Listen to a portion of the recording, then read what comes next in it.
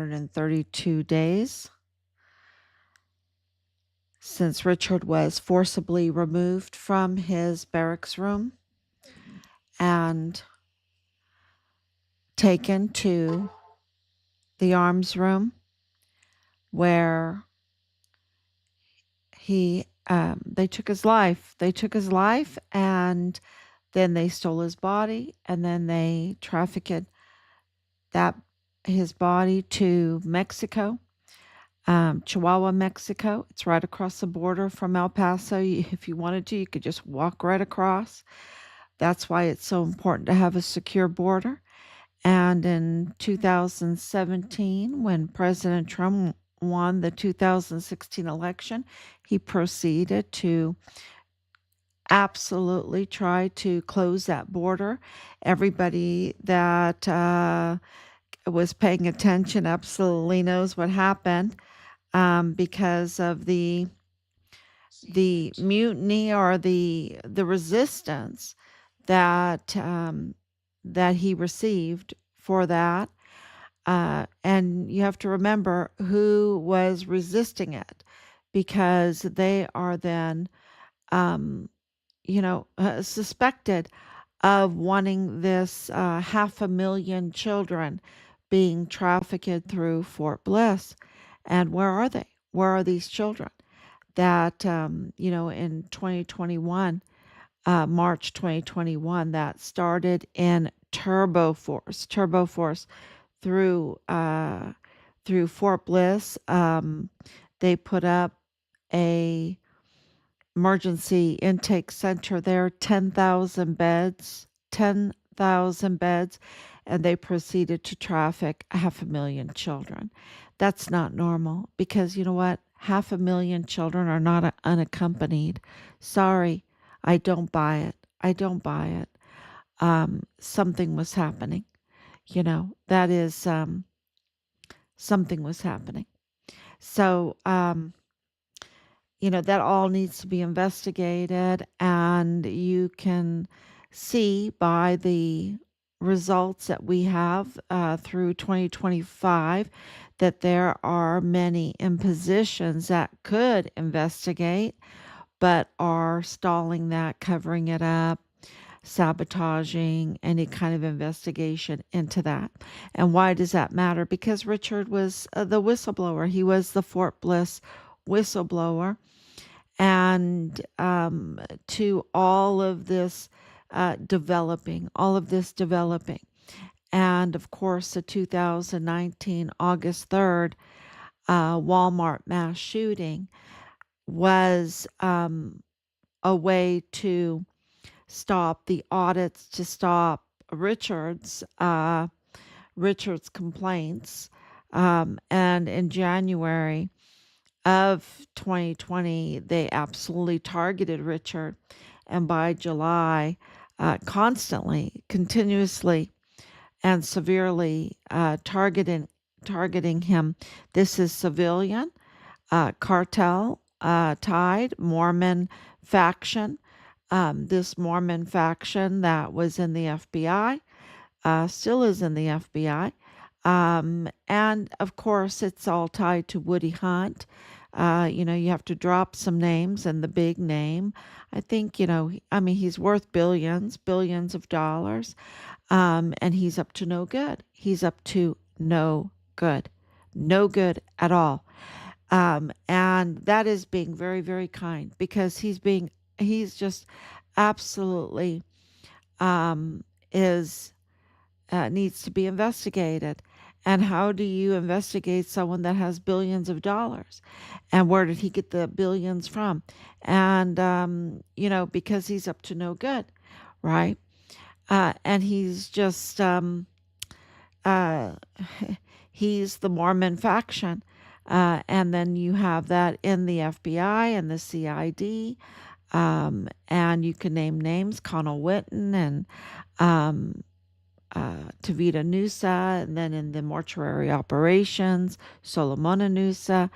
And you can go on and on and on from there, even in the Walmart mass shooting case. And, they're up to no good. And of course, they're connected to the cartel.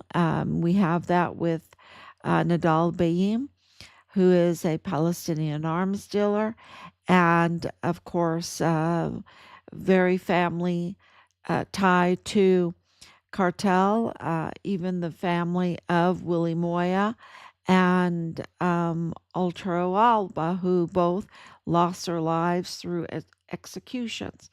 Um, and, so we have mapped that all out for everybody and put that out there because this has to do with the system, the pipeline, the criminal trafficking pipeline with the power brokers that targeted Richard. I mean, huge power brokers that targeted Richard. And, that means that he must have been really a huge threat to them. And of course, he was because he wasn't compromised. He wasn't compromised. He didn't fall for any of their traps and frames. They could not compromise him. And he was a whistleblower and he was a distinguished honor graduate. See, that's very, very important. And that's why the media never wanted to cover that he was number one in his basic training, number one in his advanced individual training class. He was number one. He was a stellar soldier and the fastest runner in his unit, right? The fastest runner in his unit. He aspired to be a CID special agent and had put in inquired for that. He was the guidon bearer. Okay, so he was uh, uh, uh, I don't want to. Well, when you can clip out of 12 credit hours in just a matter of hours when you're 15 years old of college mathematics and college German, you're pretty stellar. You're a stellar minded person. You're a stellar minded person, and he was, and he was very keen, a keen observer, and he documented and he filed, and this is why he pulled the string that is unraveling the whole criminal trafficking network at the border. And they've done everything to stop it, including taking his life. And he, being the federal witness to what President Trump has been saying, has been also working very diligently to get rid of, meaning the criminal trafficking, the FTOs. Um, he's done such amazing things under this infiltration, right? This infiltration and those that are compromised. Um, and I could, spend a whole evening telling you about President Trump's amazing achievements in the last year. Amazing achievements because he absolutely knew the craziness of the battle for the border, the battle for the border of borderplex, right? The El Paso borderland, which is really the epicenter to world affairs. I really mean that because as the border goes, so goes Texas. If so goes Texas, so goes the United States, so goes the United States, so goes the world. So El Paso borderland is the epicenter, and you can get your red yarn out and string up all the different connections. In Rome, they say all roads lead to Rome. Well, all red yarn threads lead to El Paso. Absolutely. You can just string it all up and it leads to El Paso. And that's why we have said continuously And, people have been like shocked and like, how can you even say that? That this has to do with your son's case and this has to do with your son's case. Walmart has to do with your son's case. The execution of Charlie Kirk has to do with your case. The attempts on President Trump's life has to do with your case. The you know, uh, um, and it's because he was the uncompromised Fort Bliss whistleblower soldier, federal witness for President Trump in the epicenter of where all red yarn strings meet. And so, is it important to have prosecutors, right? Because you see the crime and you need to, you can have the FBI um, do their investigations, but what is that if you don't have a prosecutor? And so the prosecutor's office is there in El Paso and in Chihuahua and the Western District of Texas, the North Zone of Chihuahua, the Chihuahuan AG, Attorney General. Do they matter? Yes, so they matter hugely. And so we have shown um, that there's a problem there, and because how do you prosecute a crime if you have huge problems with the prosecutors, right? If the prosecutors are up to no good or illegitimate, then how do you prosecute a case? And the criminals know this. And if the criminals have billions of dollars, they like it that the prosecutor's office can't is impotent, right? That they like it when they can't do anything except for block or seal or whatever, just to sabotage any case that threatens to expose their criminal network, their criminal enterprise. And so we have, we've made them, right? We've made them, and um, we have mapped it all out. That they're up to no good and how they're up to no good. And the latest, of course, is uh, uh, James Bonneau Montoya, uh, with the 2028 stamp, with his scheming with his name. And, these are crimes. These are absolute crimes. And they make him illegitimate. He's a fake prosecutor. And now this fake prosecutor is conducting a fake prosecution. And that fake prosecution has a sideshow by the media. The media is a sideshow. They're the circus.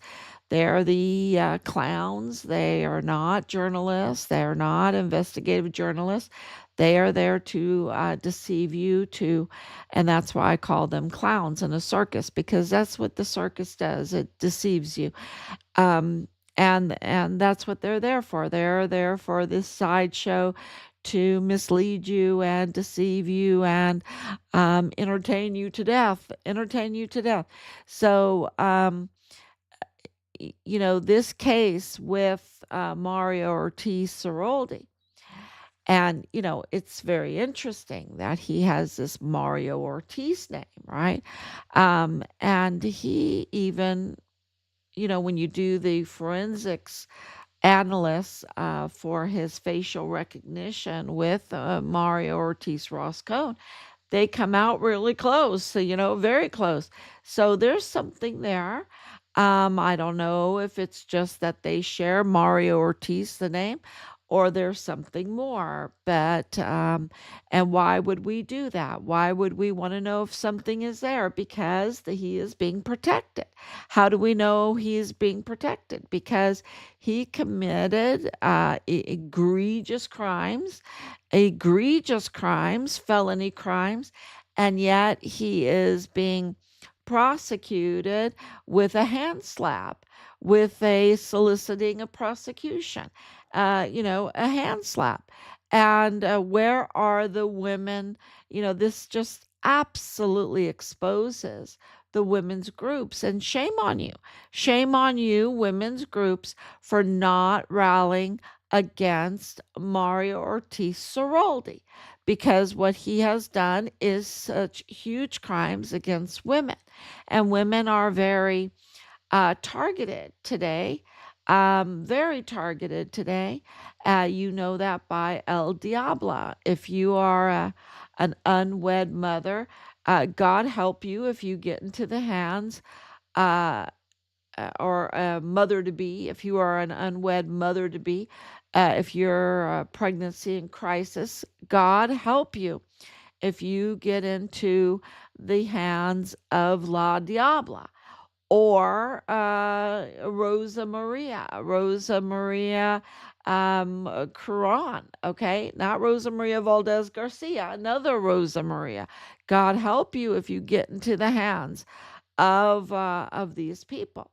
And so this is really serious that Mario Ortiz Ceroldi is, has these clown hands, um, you know, handling him very carefully, right? To just prosecute him for soliciting a prostitute. It's way more than that. It's you can I posted up a little meme, at least 10 felonies with the trafficking. The when you are representing somebody and you are organizing with traffickers to pick up a victim that has been trafficked, and you take them to a hotel room, and you have your way with her, under duress, under coercion. That's the big R word, y'all. That's the big R word. Okay. And then when you're done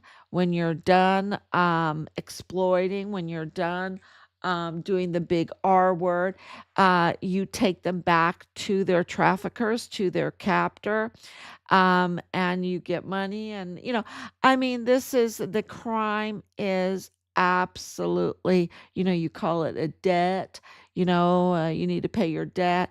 I mean, this is not just some, uh, you know, um, pervert off the street, right? It's not some pervert off the street. This is an attorney. This is an attorney with connections, and and James Bonneau, the fake prosecutor, is then carrying out a fake prosecution. Yet, and then of course he has me these media clowns, um you know uh, putting on their juggling narratives show for people to mislead the public, and or to cover up what needs to be said and is not said. Just honk honk honk honk the horn, bias bias bias. And that's what they want. They want to cover up, they want to continue the criminal enterprise no matter what. And so but when it comes to activists or preservationists, and what comes to my mind is Max Grossman, right? Max Grossman, UTEP, um, which sometimes I have a problem with UTEP. UTEP. We've had our experiences with UTEP, um, but you know, he's an activist, and he didn't like this new proposal for an arena in a very historical area of El Paso. He wants to keep that historical area intact. And good for him, because there's plenty of room around El Paso, right? But the power brokers did not like that. Okay. They did not like that. And when you look into his case and this custody battle, and, um, that he pushed um, an individual in this custody battle, um, and now they are hammering him. Now, James Montoya is hammering him and even wanting to charge him way more than the crimes of, well, the results would be way more. Um, than Zeroldi. I mean, come on, you know. It's very, very clear there's a double standard. There's uh, a law for me and law for you, and if you're an ally, then we're going to give you the soft clown hands and tell the women's groups he's a no touching, he's an untouchable, don't touch him. But when it comes to Max Grossman, we're going to rally all the women against him. And of course, Bob Moore, disgraced and discredited Bob Moore, runs an op-ed that is just, I don't even want to tell you the name, because it's just a lie. And I shouldn't say lie. It is a clown show. It's a clown show of deception, of uh distraction. And um so you can see this double standard, and that's what I want to focus on, is that there is a double standard. And there is a real problems in the 34th Judicial District Attorney's office, the prosecutor's office, because James Bonneau Montoya is a fake, is a fraud. And that is really, really important for the health and well-being of El Paso, or the borderland, to address this and do the changes needed to get a legitimate prosecutor in that position and hold these criminals absolutely accountable for their fraud, their waste, their abuse, their participation, and at least covering up for this criminal trafficking network. So that is really huge.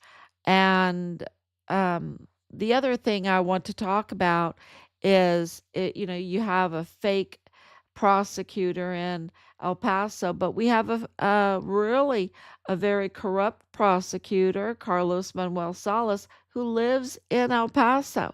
But he's the prosecutor for the North Zone of Chihuahua, yet he lives in El Paso, which is, illegal there, because as the prosecutor of Chihuahua, the North Zone, he needs to live over there.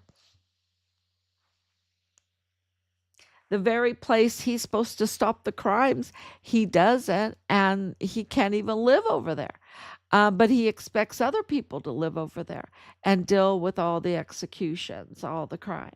And, of course, it's very important for people to know that,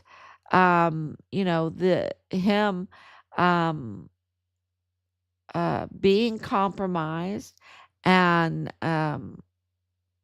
with all of the Plenitude Crematorium, he's very influential, and he has a lot of power to get to the bottom of this. And so this is really important for all the people to understand, because there's no excuse for what he's doing except for that he wants it to continue. The crime, he wants the crime to continue. So that is something that we're also exposing. And then um, the other thing is these fake, because of this fake DA situation, the crime, the corruption, the all the compromising has grown, and now we have hundreds of tampered death certificates and other doctored documents. Hundreds of them. If yeah, it's probably more than that. Hundreds of them. And so that is very, very. Can you imagine if you can't trust uh, death, dying um, documents for your loved ones and everything uh, for a country? I mean, it just can't work this way. And this is what we have. Um, so these tampered death certificates from the Walmart mass shooting and more and more, um, they are huge evidence today of confirmation of the problems that we have. So that we have to address, and that we need a prosecutor to address it. So that is where the prosecutors come in. Very, very, it's very, very important for them to come in and prosecute when we have identified crimes, right? So that is, and when you think about it, it is just so huge. And I just, please share all of those um, memes that we put out, all the articles that we put out, because it is so important right now to pressure uh, the officials to have a backbone to do the right thing. And absolutely, Governor Abbott could do all of this. He could participate in all of this and get to the answers. He has a lot of power. He could absolutely do it. So, I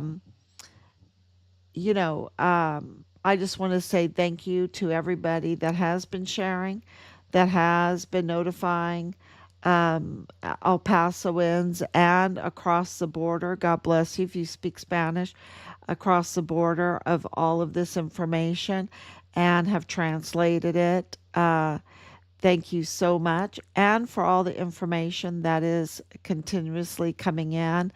It's just amazing how all the dots are fitting together. And I really want to say that this is all coming together because, of Richard's very, very important. Um, well, he's a public figure now, right? He's a public figure, uh, a hero, national treasure. I call him my national treasure. Um, And because of that, President Trump is absolutely focused on the very nasty, vicious negotiations for the repatriation of his remains. And because, when you follow all the red yarn lines, they meet in El Paso. And um, things are really, it's happening. And, all of the information, that's why you see all the attacks on President Trump. They are full out mutiny when it comes to the media. They are full out mutiny. They're just unhinged. And that's because they are commissioned to do whatever it takes to keep that border open. But no, thank you. We don't want 500,000 children to be trafficked across the border again. We don't want that. Um, and we're busy. I know the authorities are busy trying to find the children, but many of them are no longer alive. And we know this from all the evidence from Del Carmen, Plenitude Crematorium, La Diabla, and on, that this was hell. This was absolutely an illustration of hell. Not even an illustration, real life hell. And that's why we want our son's remains and we want to give him peace because right now he's haunting the hell out of all of them. He's haunting them, absolutely, because he in life and death he would never put up with this kind of evil, absolute evil. So thank you so much. Please share. God bless you. Thank you, Anicia, for your prayers and your love for coming on. And Laura, thank you so much for all of your sharing and prayers. And we will be back tomorrow, God willing. Bye bye.